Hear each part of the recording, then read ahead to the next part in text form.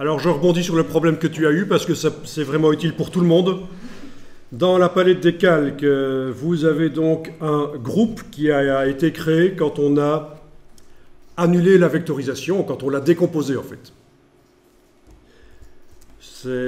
C'est entouré des petits signes inférieurs et supérieurs pour indiquer, je vous rappelle, que c'est Illustrator qui a fait tout seul cet objet-là, hein, quand vous avez demandé de décomposer. Alors, le problème que tu avais, c'est que le groupe était sélectionné avec la flèche noire. Par exemple, quand on clique sur l'objet, ça sélectionne le groupe. Hein. On voit bien la double cible ici.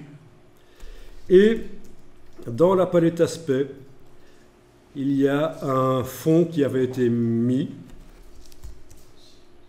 alors qu'en fait, on n'avait pas du tout dit qu'il fallait faire ça. Voilà, un fond comme ça, voilà. Et ce qui se passe, c'est que le groupe reçoit le fond et ça recouvre évidemment toutes les couleurs des objets qui sont dans le groupe. Ici, je vais demander dans le menu de la palette des calques, dans les options de panneau, je vais demander d'agrandir un peu les vignettes, comme ça vous allez mieux voir les objets. Vous n'êtes pas obligé de le faire, hein, c'est dans les options de panneau de la palette des calques. On peut faire des vignettes plus grandes. On a donc un groupe ici qui a reçu un aspect, ça se voit parce que la cible est maintenant grisée. Cet aspect, c'est un fond vert. Ce fond vert recouvre toutes les couleurs des objets qui sont à l'intérieur du groupe. Donc ce que j'ai dû faire chez toi pour s'en sortir, c'est supprimer, d'abord sélectionner vraiment le groupe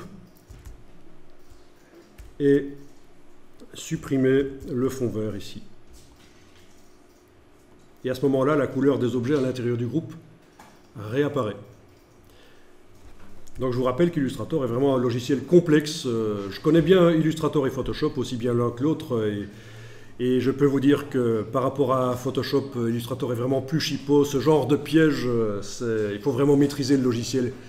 Et ça, c'est une très bonne nouvelle. C'est ce qui va faire la différence entre quelqu'un qui connaît bien Illustrator et quelqu'un qui chipote un peu, qui se met un peu à Illustrator comme ça. La différence entre le pro de Illustrator et celui qui bidouille Illustrator, elle est très vite marquée en fait, hein, vu que c'est un logiciel très complexe.